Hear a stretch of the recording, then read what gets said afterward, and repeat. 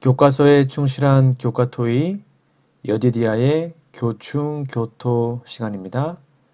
여러분 안녕하십니까? 오늘은 제4기 7과 제목은 율법과 은혜라는 제목으로 하나님 말씀을 함께 연구하겠습니다.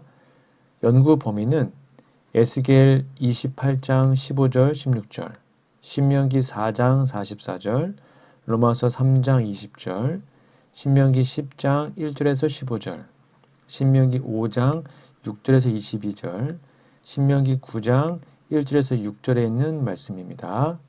기억절입니다. 내가 하나님의 은혜를 패하지 아니하노니 만일 의롭게 되는 것이 율법으로 말미암으면 그리스도께서 헛되이 죽으셨느니라. 갈라디아서 2장 21절 말씀입니다. 우리 기억절 노래 들으시고 이어서 말씀 연구를 진행하도록 하겠습니다. 사기 7과 내가 하나님의 은혜를 패하지 아니하노니 만일 의롭게 되는 것이 율법으로 말미암으면 그리스도께서 헛되이 죽으셨느니라. 갈라디아서 2장 21절.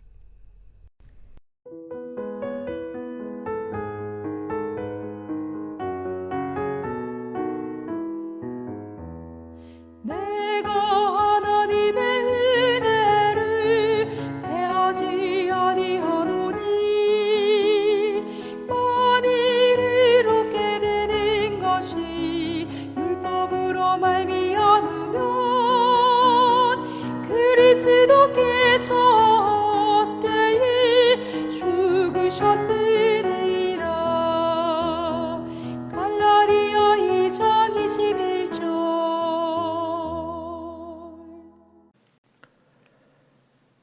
11월 7일 일요일입니다. 제목은 하늘에 있는 법. 질문해 보시면 루시퍼의 타락을 기록하고 있는 에스겔 28장 15절 16절을 읽어보라. 그에게서 불의가 드러났고 그는 범죄하였다.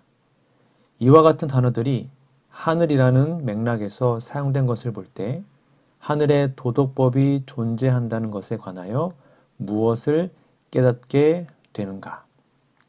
한번 읽어보시고 답을 적어보시기 바랍니다.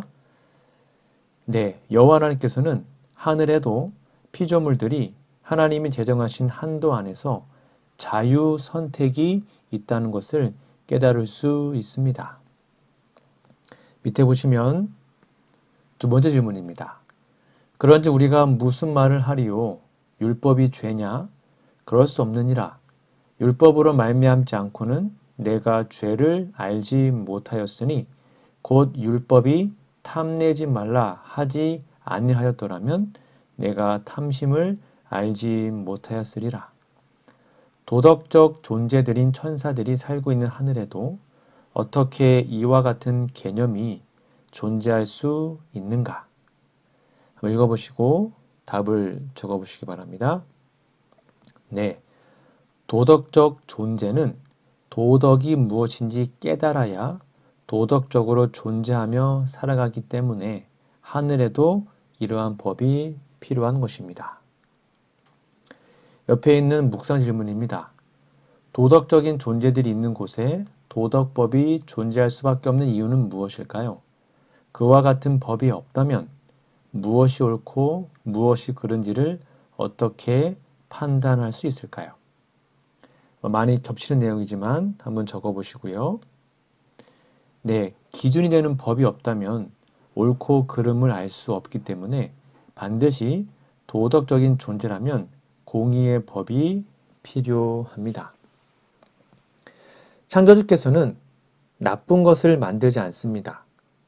창조주 여호와 하나님은 상대적 존재가 아니십니다. 그분은 절대적인 존재이시죠. 즉 존재 자체이시고 생명 자체이십니다. 그래서 그분의 이름이 여호와십니다. 뜻이 뭔가요? 스스로 존재하는 자. 있지 않은 것이 무엇인지 알아야 있는 것을 아는 그런 상대적 존재가 아니라는 말입니다. 장님이 되어봐야 볼 수 있는 것이 어떤 것인지 아는 것이 아니죠. 완전하지 못한 것들은 완전한 것의 상대 개념으로 성립되겠지만 우리는 하나님께서 완전하게 창조하신 것은 그 자체가 절대적인 것임을 기억해야 합니다. 루시퍼가 이 절대적인 것을 상대적인 것으로 이해하면서 문제가 발생한 것입니다. 여호와 하나님께서 천지를 창조하셨을 때 심히 좋았습니다. 이런 표현은 좋지 않은 것을 전제라는 표현이 아닙니다. 그러나 모세가 기록할 당시에는 좋은 것, 좋지 않은 것, 선한 것, 악한 것, 의와 죄 등 모든 상대적인 것이 생긴 후에 기록했기 때문에 그런 세상에 태어난 사람들은 무엇이든지 그렇게 상대적으로 이해하려고 했던 것 같습니다. 즉, 도덕이라는 표현은 죄가 생긴 후에 만들어진 단어입니다. 즉, 완전한 것만 있는 그곳에 도덕이라는 것이 어떤 사상으로 있었을까요? 도덕법이 없으면 옳고 그른 것은 어떻게 분별하느냐라고 물었는데 그것은 루시퍼의 반란 후에 생긴 개념입니다. 여호와 하나님의 말씀을 그대로 따르면 그것이 완전한 것이고 오늘날 표현으로 도덕적인 선이 됩니다. 그리스도인은 사망하는 생명, 곧 불완전한 생명에서 영생, 곧 완전한 생명을 얻었습니다. 이 생명이 작용하는 대로만 살면 하나님께 진심으로 감사하게 되고 그 감사는 진정한 경배가 되고 행복이 되는 것이 아닐까요? 여러분 생각해 보십시오. 루시퍼의 반역은 여호와가 아닌데 자기도 스스로 존재할 수 있지 않을까 하는 데서 생긴 것입니다. 이 개념을 곰곰이 생각해 보시기 바랍니다. 일요일 예루신의 권면입니다. 천사들에겐 율법이 필요 없다고 주장했던 루시퍼. 아버지 바로 앞에 있는 자기의 자리를 떠나 루시퍼는 천사들 가운데 불만의 정신을 퍼뜨리려고 나갔다. 그는 하늘의 존재자들을 다스리는 율법에 관하여 의심을 심어주기 시작하였다. 그는 다른 세계들의 거민들에게는 율법이 필요할 수도 있겠지만 천사들은 더 높은 존재자들이므로 그와 같은 속박이 필요 없다. 왜냐하면 그들 자신의 지혜가 충분한 안내자가 되기 때문이다라고 암시하였다. 부좌선지자 37페이지에 있는 말씀입니다. 11월 8일 월요일입니다. 제목은 신명기에 나타난 율법. 첫 번째 질문 볼까요? 다음 성경절들을 읽어보라. 어떤 내용이 반복적으로 강조되어 설명되고 있으며 이것이 백성들에게 중요했던 이유는 무엇인가? 여러분 신명기 4장 44절, 17장 19절, 28장 58절, 30장 10절, 31장 12절, 32장 46절, 33장 2절 이 말씀을 다 읽어보시고 한번 답을 적어보세요. 네, 정답은 하나님의 율법을 기억하도록 강조하고 그것을 잘 순종하라고 했습니다. 그것이 그들의 생명의 길이기 때문입니다. 옆에 있는 묵상 질문 볼까요? 은혜와 율법의 관계에 대해 좀 더 깊이 묵상해 보십시오. 은혜와 율법. 여러분의 답을 적어 보시기 바랍니다. 율법은 하나님께서 피조물에게 베푸시는 것이고요. 아니, 은혜는 하나님께서 피조물에게 베푸시는 것이고 율법은 이 베풀어 주신 것을 잘 지키는 길입니다. 그러니까 이 길을 떠나면 은혜를 잃어버리게 됩니다. 창조주께서 흙으로 사람을 창조하실 때 자기의 형상대로 창조하셨습니다. 그들에게 하나님의 생명, 곧 영원한 생명을 주셨죠. 이것이 은혜고 사랑입니다. 이렇게 생명을 받아 생명의 존재가 된 사람들은 그 생명이 나타나는 대로 살아가게 됩니다. 그 생명은 하나님의 생명이기 때문에 하나님께서 행하시는 대로 활동하게 되죠. 그런데 사탄이 하나님의 생명이 활동하는 대로 하지 말고 스스로 행동을 만들어서 하라고 충동합니다. 그것은 사탄이 한 짓이기 때문입니다. 사람은 그 말을 듣고 스스로 행동을 만들어 했죠. 그것이 바로 하나님께서 먹지 말라고 하신 그 과일을 먹은 것입니다. 그런 하나님의 생명은 그에게서 떠났습니다. 그래서 의와 선과 생명의 완전에서 생명을 잃었고 생명을 잃어버리자마자 그는 사망이 되어서 죄와 불의와 악에 빠졌습니다. 곧 사망이 되어 썩어져가는 행동이 나오게 된 것이죠. 주신 은혜를 지키지 못하자 그는 사망이 되었습니다. 지금도 예수님 안에서 구원을 받아 영생의 생명을 받았으나 이 생명이 가는 생명의 길에서 벗어나면 사망의 영역으로 떨어집니다. 베드로처럼 바람을 보고 무서워 빠져가는지라 소리질러 이르되 주여 나를 구원하소서라고 손을 내밀고 부르짖어야만 하지요. 그것이 회개하는 정신입니다. 그러면 주님은 즉시 손을 내밀어 구원하십니다. 아마 우리도 이러한 경험의 연속이 아닌지 모르겠습니다.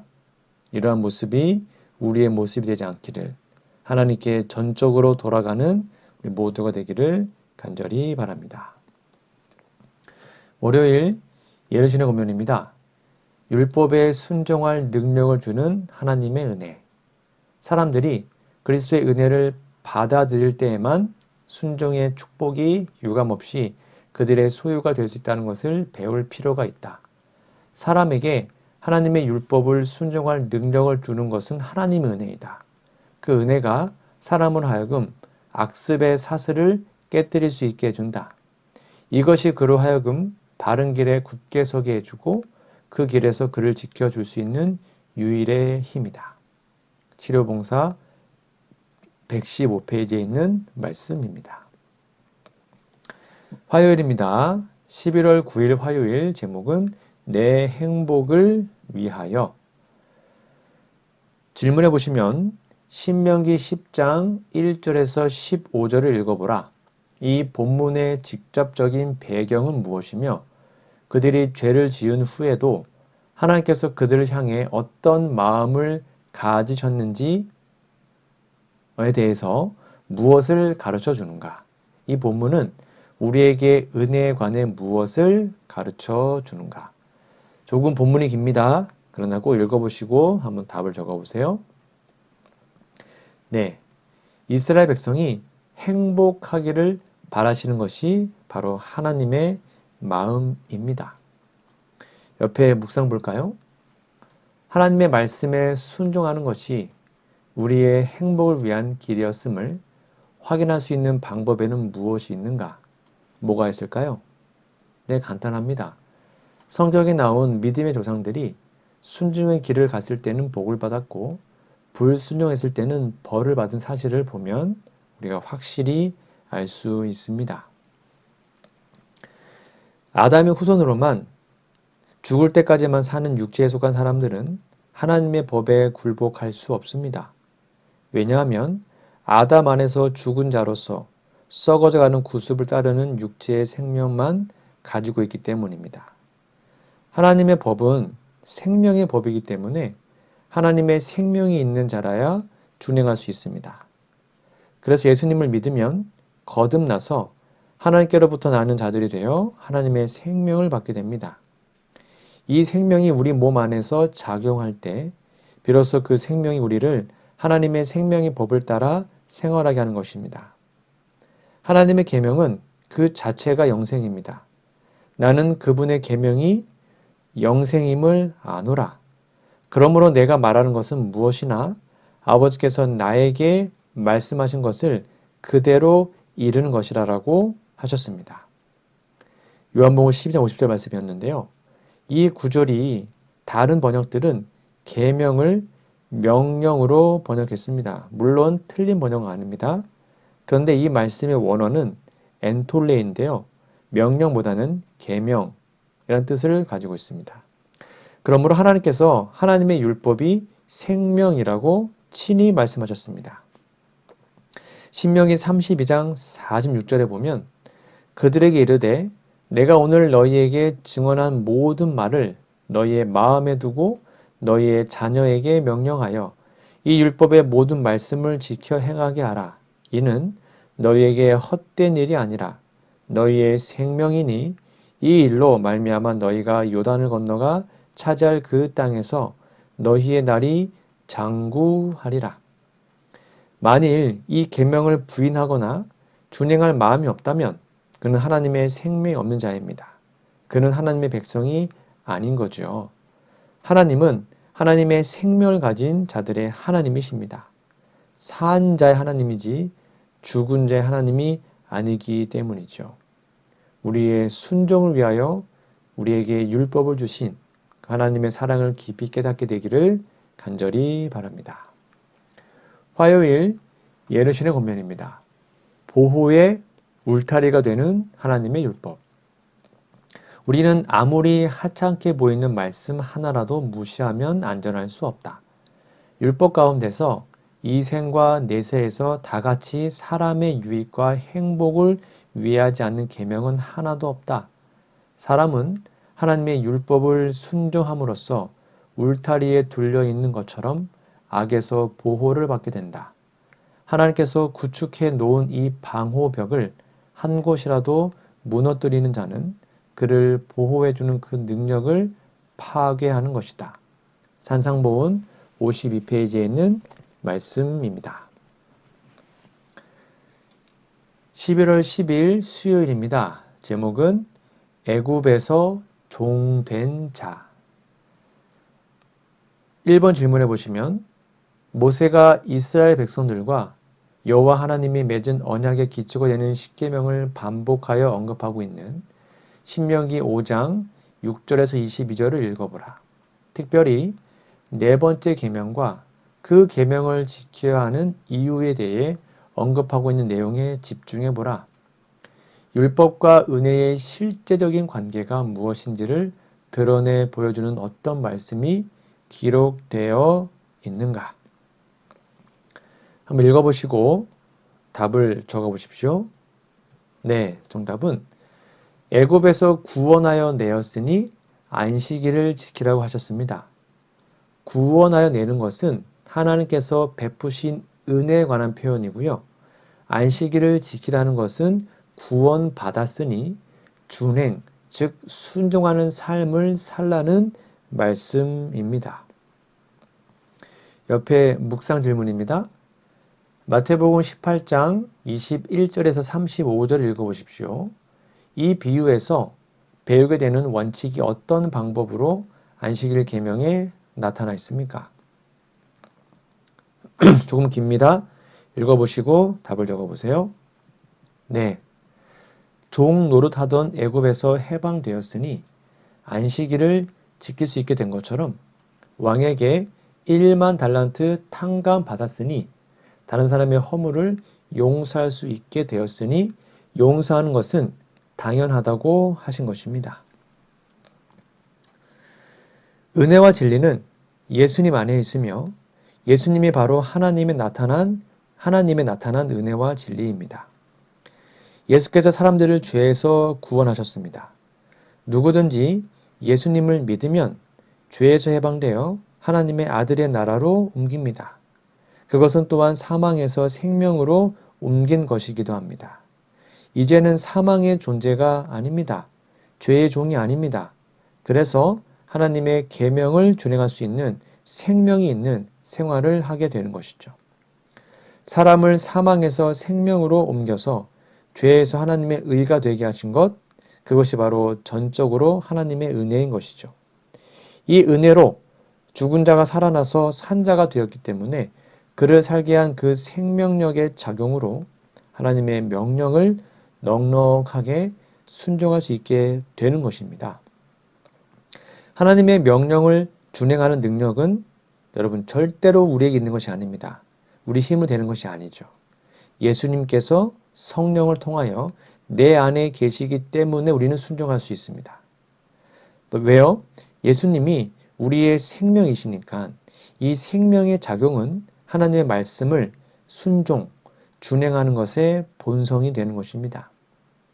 쉽게 말하면 여러분 배고플 때 음식을 찾죠? 마찬가지로 우리가 생명을 얻게 되면 자연스럽게 하나님의 말씀을 순종하게 됩니다.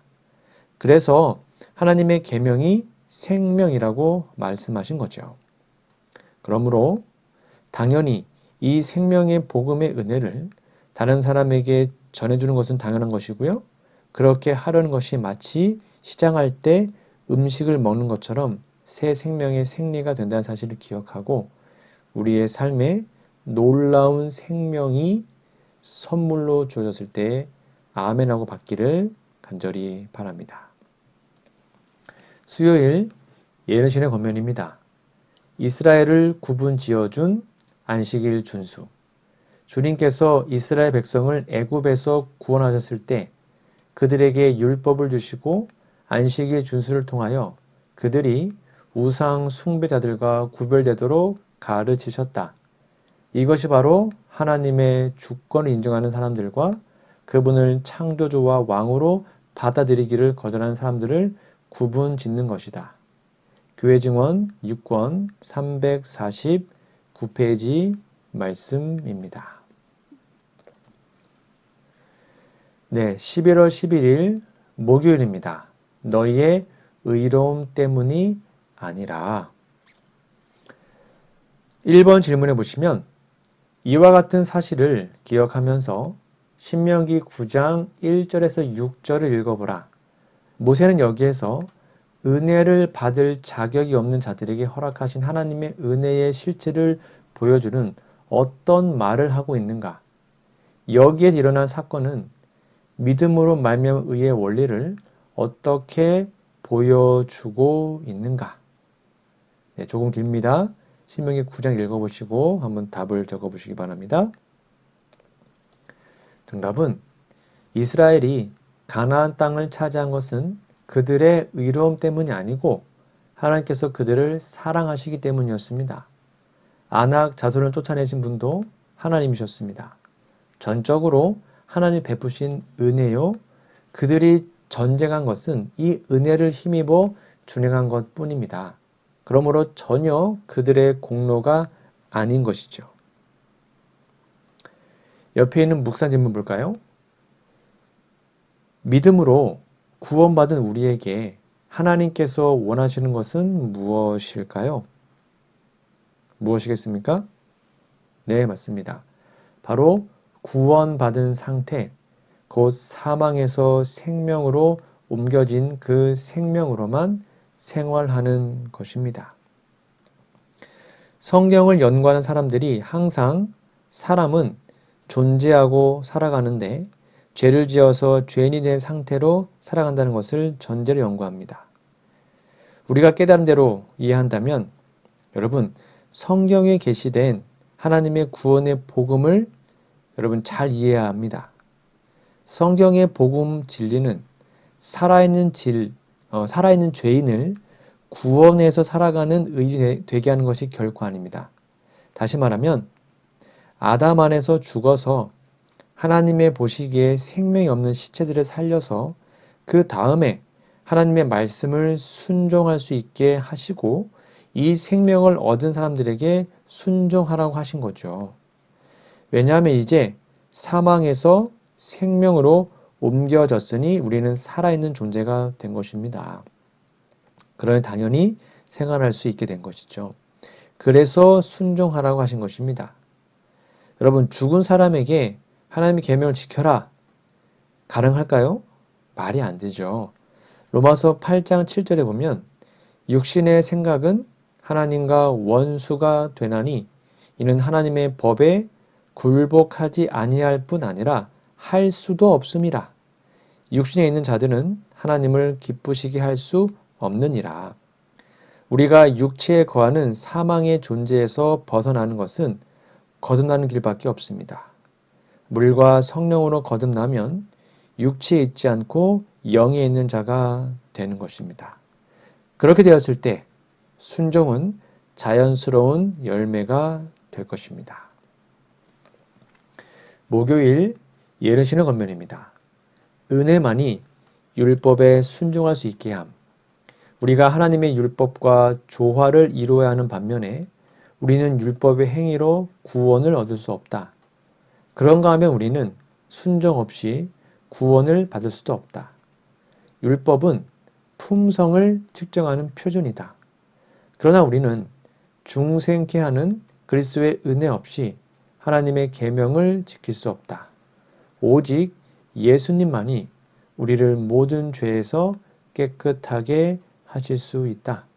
믿음과 행함 95페이지 말씀이었습니다. 오늘은 율법과 은혜라는 제목으로 함께 말씀 연구했는데요. 여러분 연구 범위 꼭 읽어보시고 기억절도 외워주시면 감사하겠습니다. 우리 다음 주에는 제8과 생명을 선택하라라는 제목으로 하나님의 말씀을 함께 연구하겠습니다. 우리 기도하고 오늘 공부를 마치겠습니다. 하늘에 계신 우리들의 아버지께서 창조한 모든 도덕적인 존재들이 따라야 할 하나님의 법이 있음을 기억하게 하시니 감사합니다.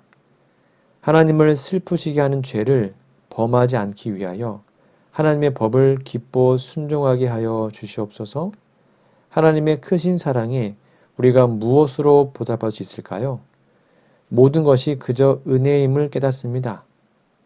그에 비하면 우리의 순종이 결코 큰 희생이 아님을 인정하고 기쁨으로 하나님의 율법에 순종하게 도와주시옵소서. 우리의 행복을 위해 하나님의 말씀에 순종할 것을 명령해 주신 하나님의 사랑에 감사드립니다. 때로 그 순종이 힘들게 느껴진다 할지라도 하나님의 사랑의 마음을 기억하고 항상 하나님 편에 서게 도와주시옵소서. 안식일이 하나님으로부터 받은 은혜를 다른 사람들과 나누는 날이 되어야 함을 가르쳐 주시니 감사합니다. 우리의 삶에서 안식일의 참된 의미를 회복함으로 세상을 향한 축복의 통로가 되게 하여 주시옵소서. 우리의 보잘것없는 행위로 구원을 이루어 보려는 어리석은 생각과 노력을 하며 신앙하진 않았는지 돌아보게 됩니다. 하나님의 크신 은혜에 전적으로 의지하며 순종의 삶을 통해 하나님께 반응하며 살게 도와주시옵소서. 예수님의 이름으로 간절히 기도합니다. 아멘.